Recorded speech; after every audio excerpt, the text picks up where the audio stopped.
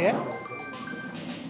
ये प्रेस वार्ता 16 तारीख को पूरे देश में श्रमिकों का आंदोलन, श्रमिक की हड़ताल है और ये सरकार मजबूर कर रही है इस हड़ताल को करने के लिए।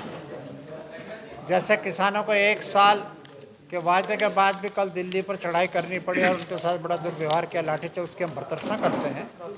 अभी तक एमएसपी पर कमेटी भारत सरकार झूठा वायदा किया 1 साल तक रखा। उसी तरह कर्मचारी हितों के विपरीत निर्णय लिए।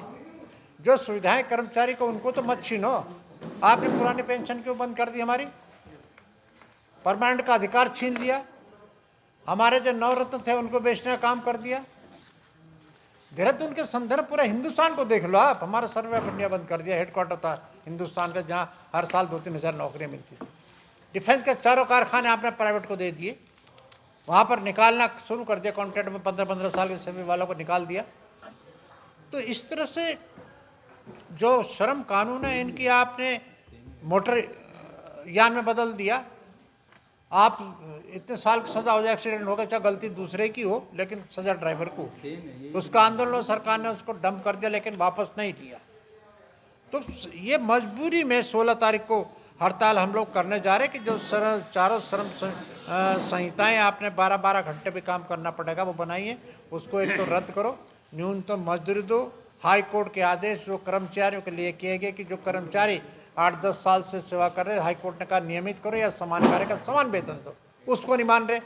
सुप्रीम कोर्ट ने कहा कि पेंशन में तदर्थ सेवाओं का लाभ दिया जाए, मतलब दैनिक संविदा पर जितने दिन रहे वो पेंशन में जुड़ेगा, उसको आप जोड़ने को तैयार नहीं हो रहे।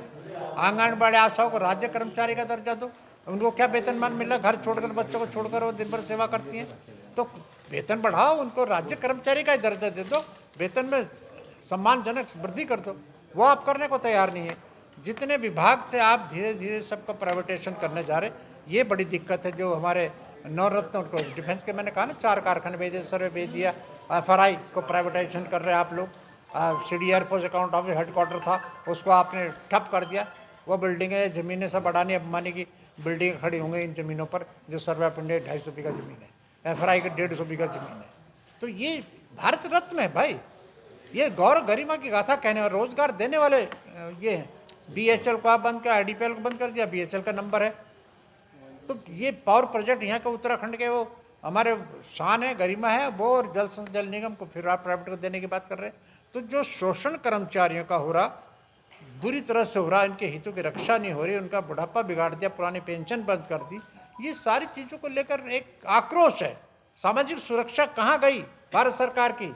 वो सामाजिक सुरक्षा शब्द जो आया एक्ट में आया, उसमें है minimum wages, overtime, bonus, gratuity, मृतक आश्रित को नौकरी, सर्च, वो सारे आपने एक्ट को बदल दिया, रद्द कर दिया। आप सुप्रीम कोर्ट का आदेश नहीं मान।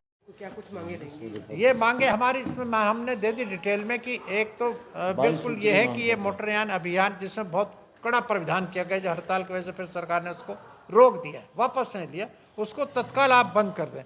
29 श्रम कानून जो 4 संस्थाएं लाया बदल कर, उसमें शोषण, अन्याय, अत्याचारों को बोल नहीं सका, हड़ताल नहीं कर सका, प्रतिबंध कर दिया, ये यूनियन बनने का अधिकार बंद कर दिया, उनको आप रद्द करो, वापस लो। नियमित रूप से 26,000 न्यूनतम मजदूर होनी चाहिए, कहीं भी कोई काम करे उसमें मत भेदभाव नहीं है। 26,000 न्यूनतम मजदूरी पारिश्रमिक एक मजदूर का होना चाहिए हर जगह। किसानों का MSP, उस पर आप लोग बात क्यों नहीं करते? वो सबसे बड़ी महत्वपूर्ण किसानों का MSP है, मिनिमम उस पर तो उसको करनी चाहिए उनको। उस पर बाद बैंक, पोस्टल, ये रेलवे, इनको क्यों प्राइवेट एयरपोर्ट, इनका निजीकरण की बंद करनी चाहिए। जो हमारे कोल इंडिया है 6, ये 14 लाख लोग काम करते हैं, वो आपने अंबानी को देने की साजिश कर दी। अडानी रेगुलर करने के लिए कहा कि जो 10-15 साल से सेवा करें उनको रेगुलर करो, या समान कार्य का समान वेतन दो, राज्य सरकार कर्मचारी वेतन दो, वो भी आप नहीं कर रहे। इतने उत्पीड़न हो रहे देश में। अब किसानों ने क्या, किसान मजदूर, यही तो हम किसानों को उपज का मूल्य तो दो उनको यार। MSP की आप गारंटी देते हो तो MSP पे क्यों नहीं आप काम कर रहे? आप कह रहे कमेटी बनो 1 साल बाद, तो ऐसी राज्य सरकार हो गई, ऐसी केंद्र सरकार हो गई।